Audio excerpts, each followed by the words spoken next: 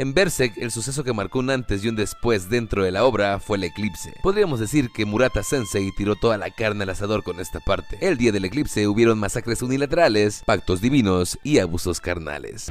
Bienvenidos a Mangaka no...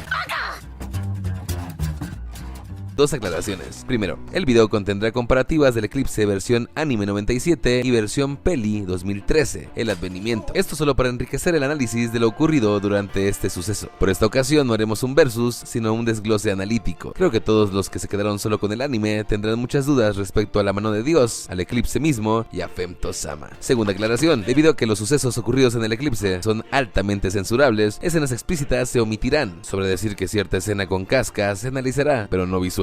Respecto a la sangre, creo que es algo inevitable. Sin más, y adentrándonos en uno de los sucesos más importantes de una serie que muchos consideran una obra perfecta, vamos a debrayar.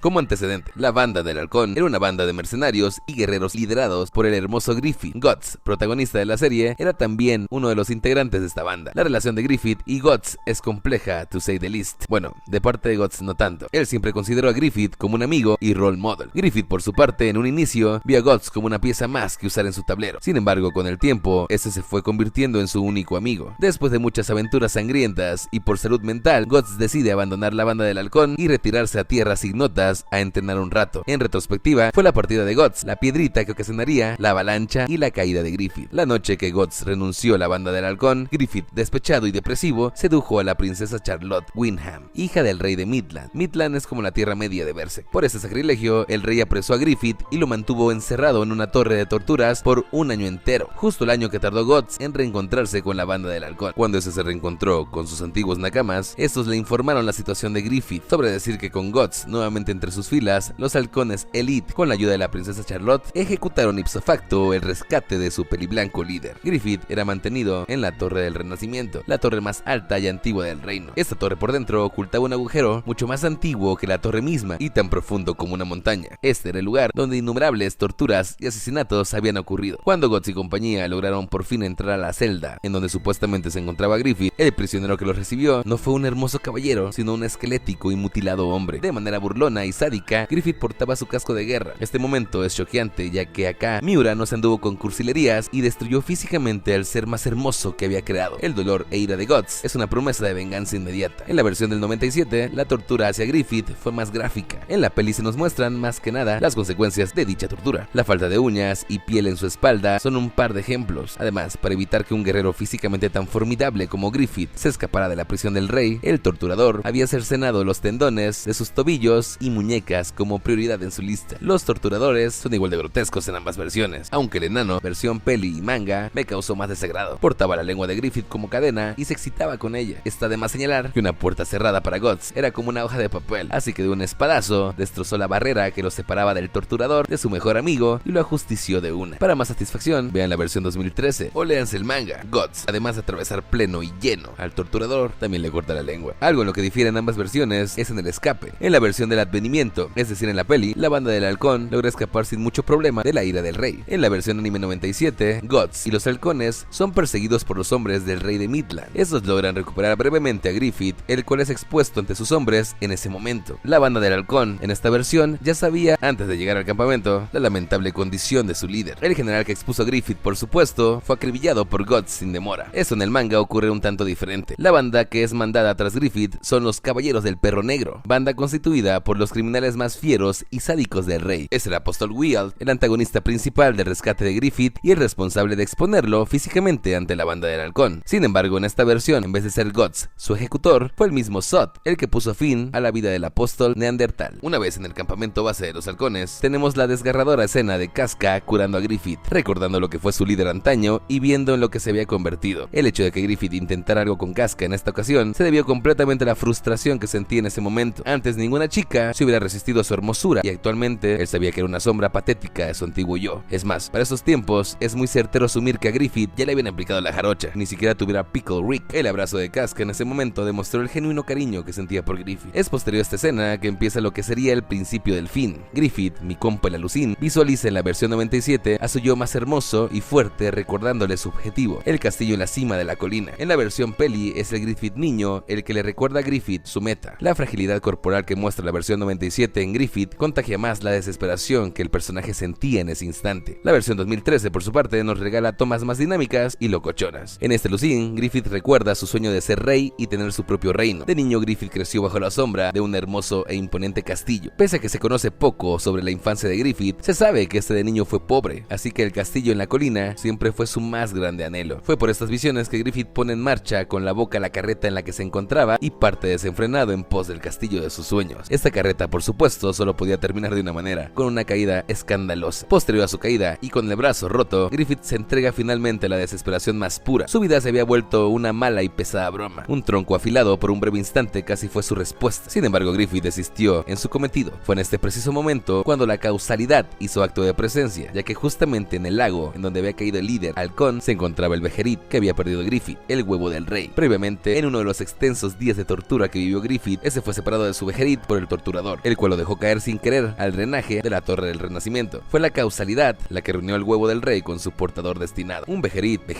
como le llamas, literalmente es traducido como gotitas que se conectan con el más allá. Son objetos de piedra altamente espirituales. Estos se utilizan para conectar el mundo astral con el mundo físico. Se dice que estos gobiernan el destino de la humanidad. En el eclipse vimos varios monstruos congregados y listos para el festín que se avecinaba. Estos son llamados apóstoles. Se dice que cada uno de estos monstruos en su momento hizo un pacto con un Bejerit específico y sacrificó lo más valioso para ellos. Ahora, el Bejerit de Griffith no es cualquier Bejerit, es el huevo del rey conquistador. Se dice que este huevo le otorgaría a su dueño el mundo entero, a cambio, eso sí, de su carne y sangre. Cada 216 años, durante el eclipse, una audiencia le era otorgada al dueño del huevo del rey ante la mano de Dios. Es ahí donde el portador del huevo tiene que decidir si hacerse para atrás o sacrificar algo precioso para que él fuera elevado a un estatus de deidad. ¿Cómo llegó este Bejerit a manos de Griffith? La responsable de esto fue una vieja anciana gitana con la que se topó Griffith en su infancia. Esta vislumbró su futuro, le regaló el huevo del rey y le comentó que él dominaría todo el mundo. El Bejerit de Griffith estaba destinado a él, ya que cuando Zod lo salvó del miserable Neandertal, este le dijo que el huevo volvería a él sin duda. Bueno, pues eso fue justo lo que pasó cuando Griffith se reencontró con su huevo. Todas las condiciones se habían alineado para que se propiciara el eclipse. Es justo cuando Guts toca a Griffith que el huevo del rey se activa, llora, el eclipse empieza y todo se va al carajo.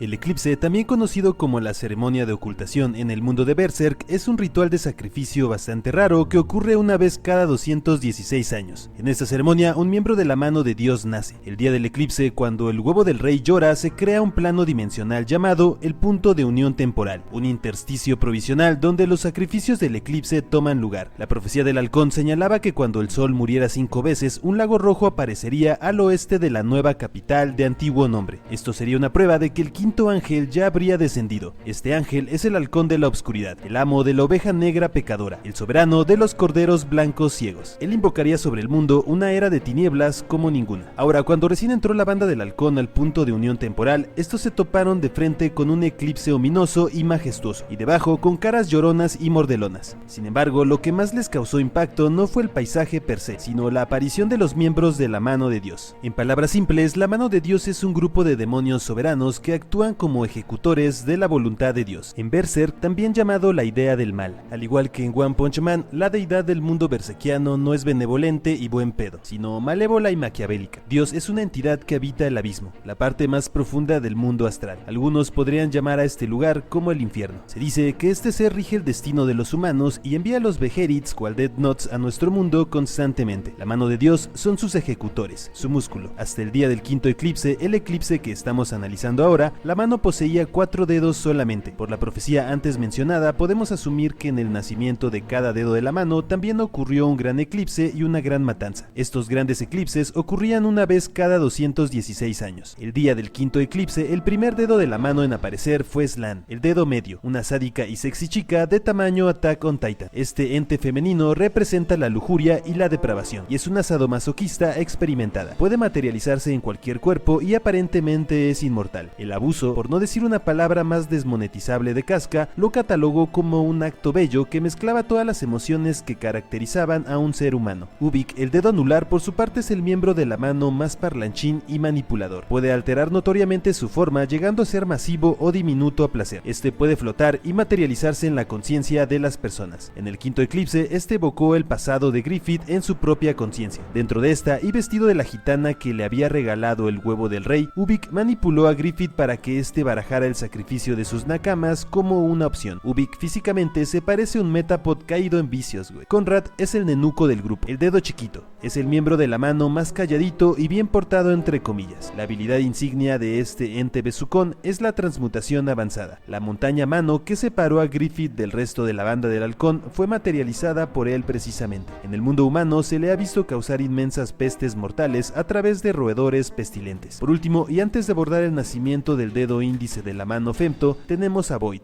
el pulgar, literalmente el vacío. Este miembro de la mano de Dios es el más articulado y político de entre todos. El día del eclipse trató a la banda del halcón más como invitados de honor que como carnadas. Es filosófico y sabio. Hay un flashback en el cual podemos ver a Void junto a los miembros de la mano de en ese entonces en un eclipse pasado. Por lógica, podemos asumir que Void es el miembro de la mano más viejo de todos, puesto que ya debió de haber vivido mínimo 5 ciclos de eclipses hasta el momento. Además, ya hablando del level de combate, su habilidad de manipulación espacial está enferma, güey. Cual Blas Wamponchesco, Void puede alterar el espacio y crear portales por los cuales básicamente redirecciona los ataques enemigos a placer. El Caballero de la Calavera lo conoce como el predicador de la inevitabilidad, de la causalidad. La causalidad en Berserk es un concepto importante, conocida también como karma, es la ley de causa y efecto. Según la bruja Flora, la causalidad es una espiral y no un círculo. Si bien algunos acontecimientos pueden asemejarse a repeticiones de otros pasados, no están forzados a transcurrir tal y como estos sucedieron previamente. La causalidad no debe ser confundida con el destino, ya que no está prescrita. El hecho de que Casca y Guts sobrevivieran al eclipse es una prueba de esto. En términos mundanos, Dios repartía el destino, pero la última palabra la tenía el hombre. Ahora, una vez separado Griffith de Guts y compañía, Ubik fue el responsable de proyectar en su mente las imágenes de su meta, el castillo en la cima. Sin embargo, no se anduvo con niñerías y le mostró el paisaje entero, el campo de muertos que Griffith, cual Erwin Daicho, había dejado a su paso. Le mostró los incontables aliados, subordinados y enemigos que habían muerto violentamente para que éste lograra llegar a ese punto. Para que Griffith aceptara la oferta de la mano, este tenía que estar consciente que solo apilando cadáveres uno sobre otro podría alcanzar el castillo anhelado. Fue en ese momento que Griffith se dio cuenta que Guts había sido de entre todos los nakamas con los que había peleado,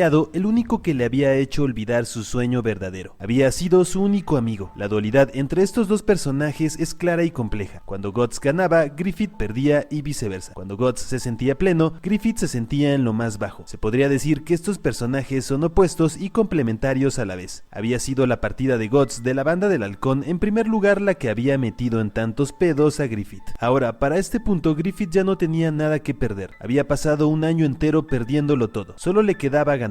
Para un Griffith mutilado y frágil, un futuro en el cual no pudiera empuñar su espada o vivir dignamente era peor que la muerte. Peor incluso que sacrificar a sus amigos. El eclipse simboliza el renacimiento de un Griffith inmerso en la vida mundana y con la visualización de sus metas en un estado nublado, en un ser superior. Es en este momento en que decide darle fin a su antiguo yo, sacrificando a los hombres que le juraron lealtad hasta la muerte. No obstante, el verdadero sacrificio de Griffith fue alejarse de su primer y único amigo, Guts. La risa de Griffith, previo a aceptar el trato, se debía justamente a la realización de este hecho. Cuando Griffith aceptó el pacto, el puño se cerró sobre él y empezó la metamorfosis de Femto, el encargado de proyectar las marcas de la desgracia o la condena en todos los futuros sacrificios fue Void, el Doctor Cerebro. Esta marca imborrable básicamente atrae todo tipo de demonios y espíritus malignos. El día del eclipse sirvió como un marcaje infalible que los apóstoles siguieron para devorar a sus presas. La fuerza de las vidas marchitadas durante esta matanza ayudaron a completar la transformación del quinto dedo Femto.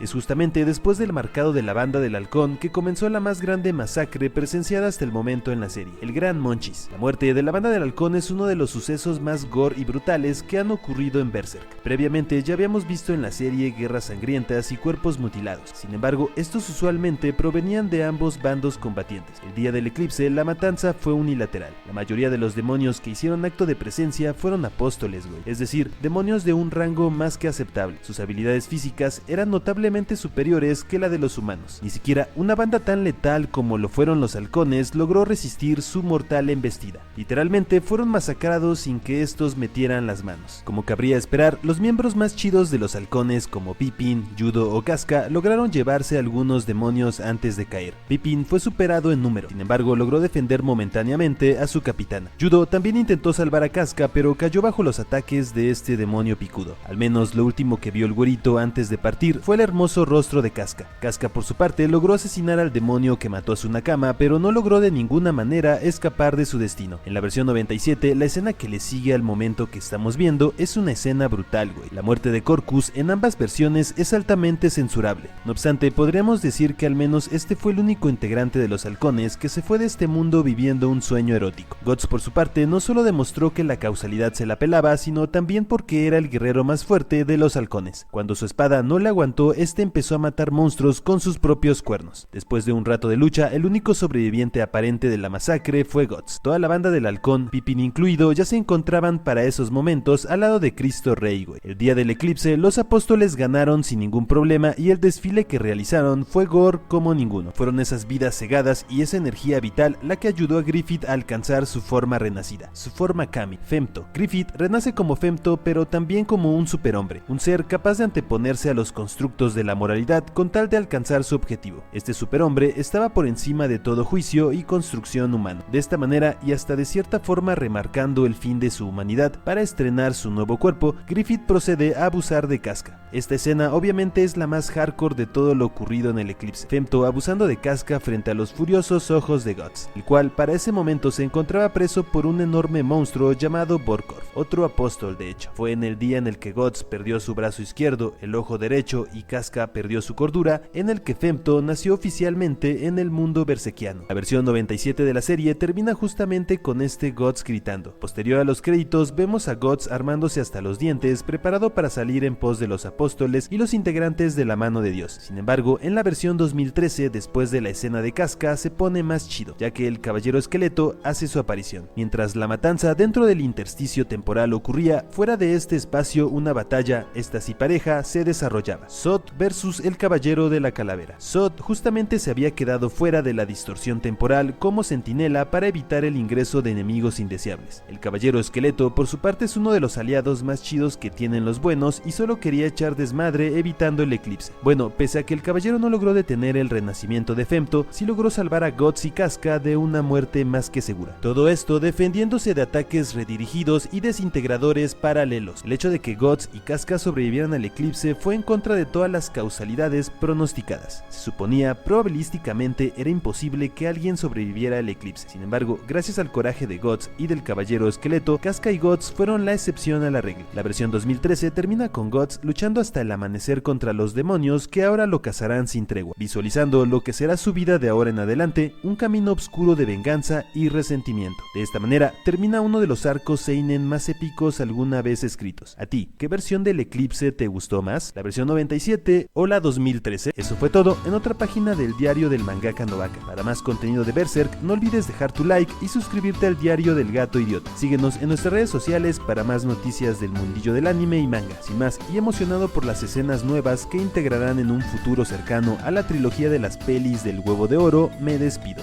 Tactulakin, mangakas.